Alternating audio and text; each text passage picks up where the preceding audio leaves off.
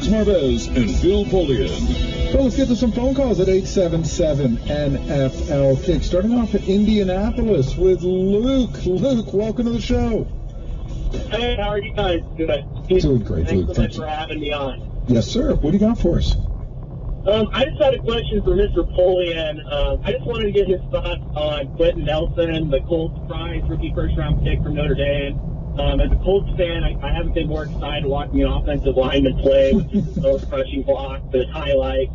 And so just wanted to get your general opinion on the Colts this weekend against the Texans. As a Colts fan, I'm a little bit worried with T.Y. Hilton coming up. And as Polian knows from his time running the Colts as general manager, Colts fans are a little bit spoiled having Marvin Harrison and Reggie Wayne on the perimeter. So I'm just wondering how he thinks they'll handle that loss if Hilton's not fully ready to go, because he's had a lot of success against the Texans. Well, if he's not ready to go, that's a huge loss for the Colts, because the Texans are so beat up in the secondary that was going to be Andrew and his receivers were going to be a really positive matchup for the Colts. But T.Y. can't go.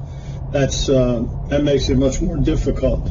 But he seemed like he gutted it through the game last week, and you'd hope if he didn't do any further damage that he should be good to go. Kudos to Chris Ballard. He drafted two guys, and I tried to, leave my Colts hat in the horseshoes tattooed on my heart, but I left my hat in the closet when I cast my All-Pro vote. Quentin Nelson to me is first-team All-Pro, and Darius Leonard, our first-team All-Pro. So there's two draft choices who came in here and are among the 44 best players in the National Football League. And I don't think anybody's going to – people might argue Leonard a little bit, although the numbers just tell you, and your eyes tell you that he's in a class by himself. But the bottom line is that there's no better guard in the National Football League right now than Quentin Nelson. Run and pass. He's been fantastic. And, Bill, you and I have both of those guys on our ballot, so we are seeing things the same way when it comes to Quentin Nelson and Darius Leonard. What's going on, guys? Hey, doing well, Rob. You? Happy New Year.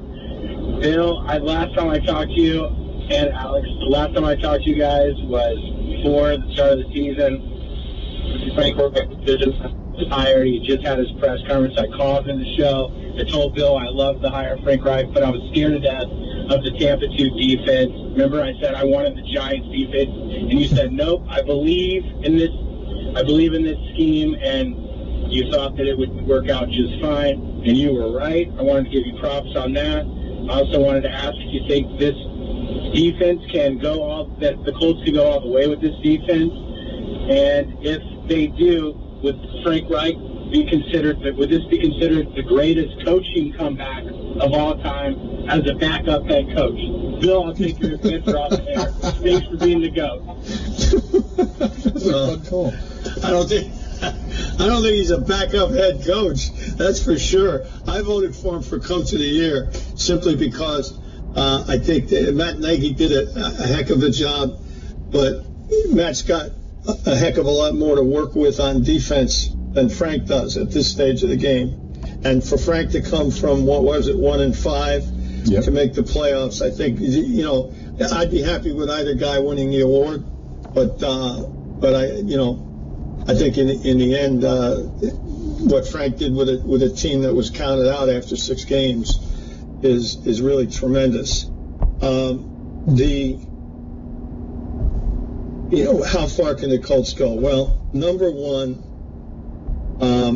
think about our teams and what it took to win in those days against great New England teams and other teams of great Pittsburgh teams, great San Diego teams. Those were the 4 teams that were on the top of the AFC for a long, long period of time. And one had to beat the other in order to get there. So in our case, T.Y. is not Marvin Harrison, but he plays the same role. He's T.Y. Hilton starring, as the understudy to Marvin Harrison. There is no Reggie Wayne. There is no Dallas Clark. They're kind of doing Dallas Clark by committee. Ebron is not quite what Dallas was, and Jack Doyle, is a good, hard-working guy. So it's kind of Dallas Clark by committee. There are no Edgerrin James. There are no Joseph Adais, and therein lies the most difficult offensive problem. There is too much yardage left on the field in the running game by the running backs in an offense that with an offensive line that can knock you off the ball. I mean, they really can blast you, and they're exceptionally well coached by Googs.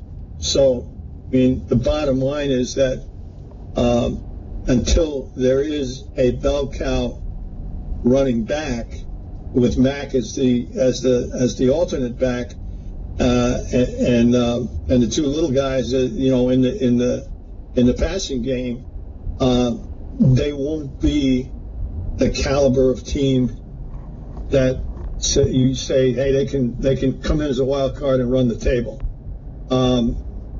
In terms of the defense, the defensive line, Robert Mathis has taken a bunch of guys that didn't know they could play this well and made them darn good. But they still need two more. They need a dominant. Where's Aaron Donald? Well, he's hard to find, but you got to get another that's pretty good in there. There is no Bob Sanders at this point. They can find him. They'll get him. They have probably, I think, when it's all said and done, the greatest will linebacker in the defense's history in Leonard. And that means he's better than a Hall of Famer. I hate to put that on the kid, but I've never seen a rookie come in the league since Lawrence Taylor and do what he's done. Especially in the defense, he's ideal for the defense. And then the cornerbacks have played awfully well, and that's to the credit of the coaching staff and Matt Eberflus. But you can always use another big time corner or two, and I think that they could. So I think Pascal, by the way, in the return game, has a chance to be pretty special. He's going to have to develop and he's going to have to get stronger, but he looks like he's got the juice necessary. And of course, Vinny, the punter is great, by the way, and I think that Vinny may kick forever. Who knows? So 46 years young, still making a 53-yarder the other night, Bill? Yeah. It's a gritty, gutty, hard-nosed, hard-working, dedicated football team that every Indianapolis fan can be proud of, with a great head coach and a great coaching staff. And Chris Ballard would be the first to tell you that there's still work to be done talent-wise, but he has done, as I said at the top of the show in answer to the question, who's drafted 2 All-Pros and put them in the lineup right away? Chris Ballard. An amazing job done by Chris, Frank Reich, that staff. It has been a very special season in Indianapolis. The third team in NFL history to make the postseason after a 1-5 start, and they are not done yet. Getting the Houston Texans Saturday afternoon, 4:40 p.m. kickoff time, Eastern time. You'll hear it right here, courtesy of Westwood One on Channel 88. Bill, going to get back to some more, folks?